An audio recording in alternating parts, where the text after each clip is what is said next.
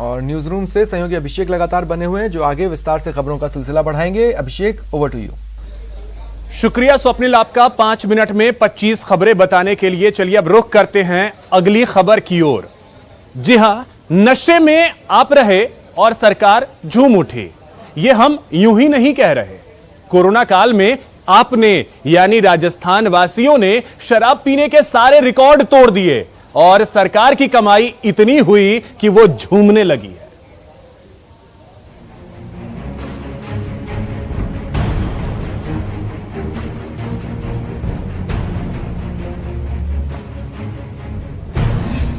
जमकर छलके जाम, कमाई छप्पर फाड़, शराब की बम्पर बिक्री, आबकारी की बल्ले बल्ले।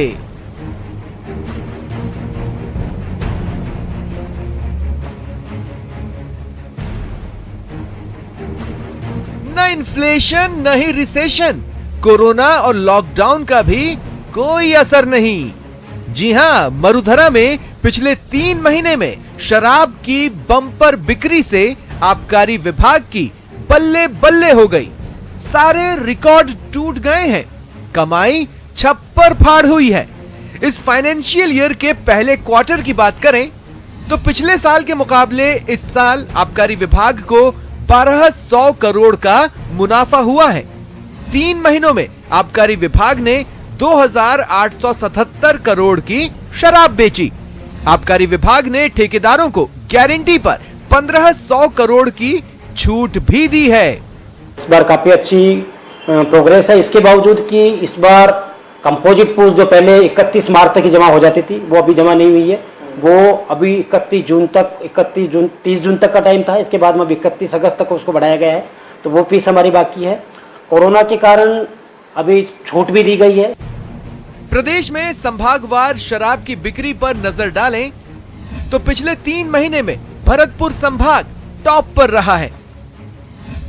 भरतपुर संभाग ने 25% टारगेट पूरा कर लिया है। जयपुर संभाग में 831 करोड़ का अचीवमेंट रहा है, जो पिछले साल की तुलना में 75% ज्यादा है। वहीं जिलेवार देखें तो जयपुर में 3 महीने में 344 करोड़ अचीवमेंट है। जयपुर जिले का इस साल 1696 करोड़ का टारगेट है। राजस्थान की बात करें तो 21.71% अचीवमेंट अब तक, उसमें से भरतपुर में 25.64% में अचीवमेंट है, जो कि पहले नंबर पर है। काफी अच्छा वहाँ के जिले जो धौलपुर, भरतपुर, करौली और सवाई माधोपुर में अच्छी प्रोग्रेस, अच्छी अचीवमेंट है। कोरोना की वजह से जब सभी सेक्टर मंदी की मार झेल रहे हैं, वहीं शराब का धंधा और तेजी से बढ़ा है, जिससे प्रदेश की झोली भर गई है।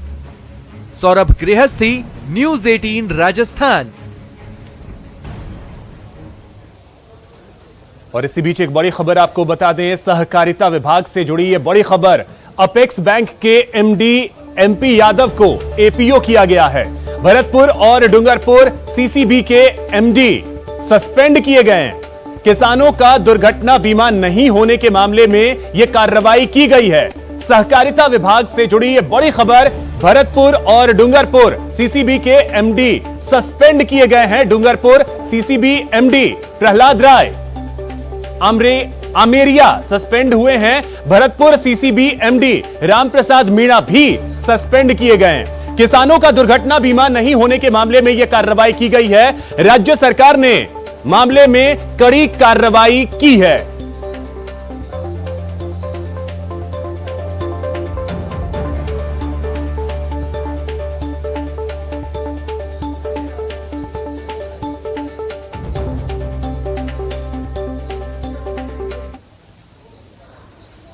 तो चलिए अब रुख करते हैं अगली खबर की ओर। अब आपको दिखाते हैं मरुधरा में कैसे काले सोने की तस्करी की जा रही है और जिम्मेदार एक दूसरे पर लापरवाही का ठीकरा फोड़ रहे हैं। कैसे हो रहा है यह खेल और कैसे रुकेगा यह खेल, देखिए इस रिपोर्ट में। किसान डोडा चूरा की असल जानकारी विभाग को देता है, इसके बाद उसे नष्ट करवाया जाता है। लेकिन मरुधरा में तो जैसे नियम कायदे सब ताक पर रखने के लिए ही बने हैं और बाबू लोग सिर्फ कुर्सी तोड़ने के अलावा कुछ नहीं कर रहे। कि नारकोटिक्स विभाग का जो खेत में जितना डोडा चूरा निकला है उसका एक तो क्वांटिटी नहीं बताते हैं वो हमारे को। क्वांटिटी के अभाव में किसान बहुत कम क्वांटिटी देता है, जिसके कारण से कमेटी उसको निस्तारण नहीं कर पाती है। दूसरा, जो इसके संसाधन, इसको जो डिस्ट्रॉय करने के लिए जगह और संसाधन वगैरह जो चाहिए, उसके लिए अलग से बजट का प्रावधान भी सरकार को करने के लिए हमने निवेदन किया हुआ है। जी हाँ, योजनाएं तमाम हैं, लेकिन उसे धरातल पर लाए कौन? क्योंकि यहाँ सब एक ही थाली के चट्टे बट्टे हैं। मेवाड़ और मारवाड़ में अफीम की खेती होती है।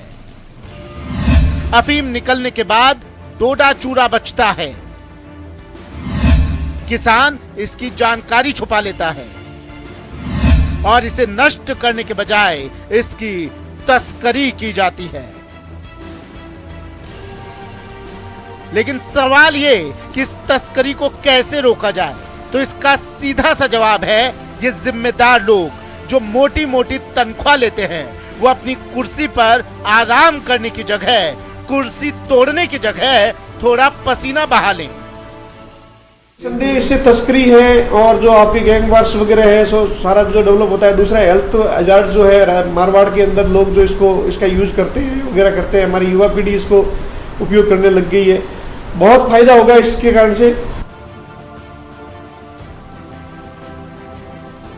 सिर्फ इस डोडा चूरा को नष्ट करवाने से इस नशे की तस्करी पर नकेल कसी जा सकती है, लेकिन सब अपनी डफली, अपना राग अलापने में लगे हैं।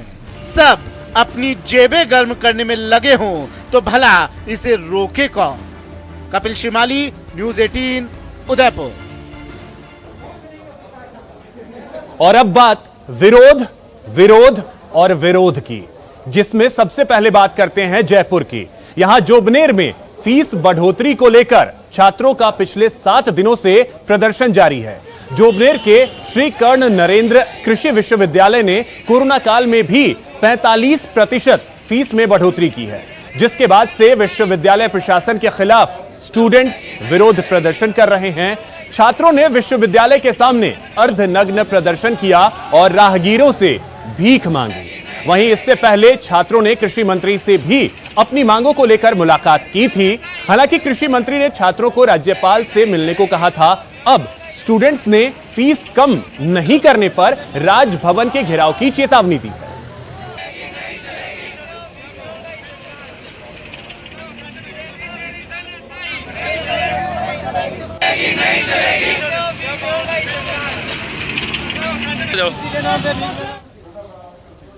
इसी के साथ इस बुलेटिन में फिलहाल इतना ही। नमस्कार।